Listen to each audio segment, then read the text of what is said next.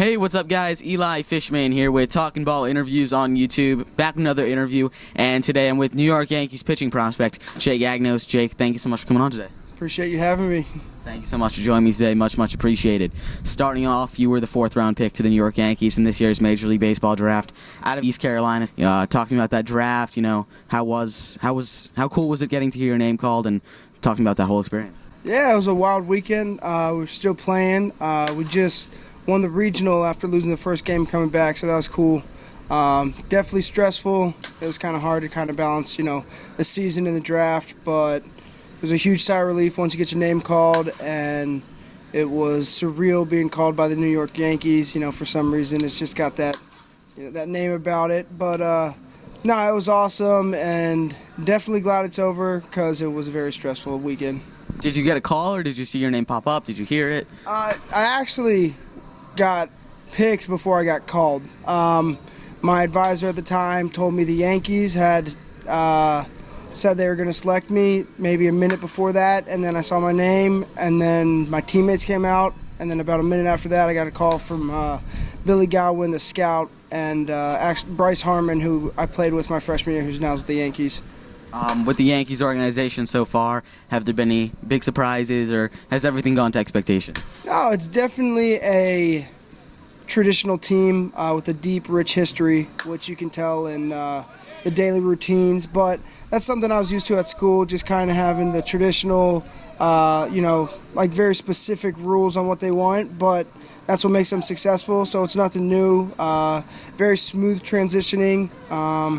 I like that they shut me down as a long season, so being able to just kind of enjoy it and take in pro ball and just kind of learn is super exciting. But no, it's been a good season. So you're shut down, so you're not throwing it all during the season? Yep, so I'm done for the rest of the season. Just going to kind of hang out and watch the game. Are you happy, though, that you got assigned here instead of, because a lot of guys that get shut down, they just keep it the facility in Tampa to do the GCL guys stuff? Yeah, no, it's I'm glad they kept me here. We got a good group of guys, and I really enjoy Staten Island, and it's awesome being able to look out and see the city. No, I'm definitely excited that they kept me up here and were able to let me stay with the team. So, no, I'm glad that they kept me up here. Now, with the Yankees minor league, overall, the Yankees organization, you have to wear polo, collared shirts? Or dress shorts. All the time, and then clean-shaved rule and all that stuff. Has that been a tough transition? No, like I said, no, we're pretty, we had some rules at school, so similar to that. I enjoy it. I like being clean-shaved and looking sharp out there, so I don't know, you're a professional athlete, and I think that's kind of the way they look at it, is it's your job to look professional all the time, and so I have no issue with it, and yeah, it's all good. Even though you're with Staten Island with the full season team, you're still doing all the bus trips and stuff with them, is that correct? Yeah, I am, sadly. So how's that grind? And you were with the rookie camp, so you did do all the grind, 6 a.m. craziness like that too? Yeah, luckily I was only down there for a week and a half, so I didn't have to wake up too early for too long. But no, you just got to find something to pass time.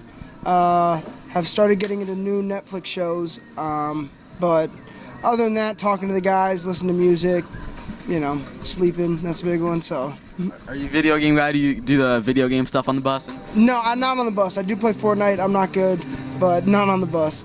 Now, during the games, do you hang in the dugout or are you in the bullpen? I am in the dugout, mostly working on my Spanish. How's that transition been, language-wise? Yeah, I took 4 years in school, so I'm definitely the best. Me, McGarity, and Barrett Lowski are definitely the best Spanish speakers on the team by far.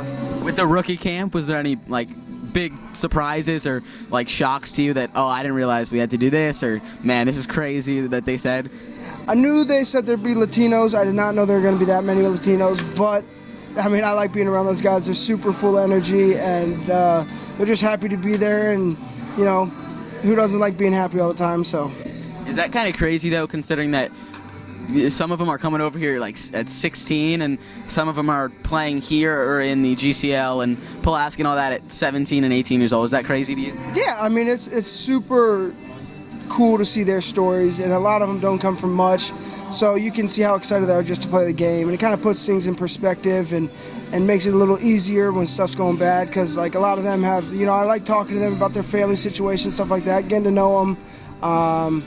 A lot of good guys, a lot of guys that, like I said, don't come from much. So this is an opportunity, and this is what's good about our country, is it gives opportunities. And so being around those guys, you can't help but laugh and smile. So Growing up, who was your favorite team and your favorite player? Nats. I'm from right outside D.C., so the Nats are my favorite team. Were my favorite team.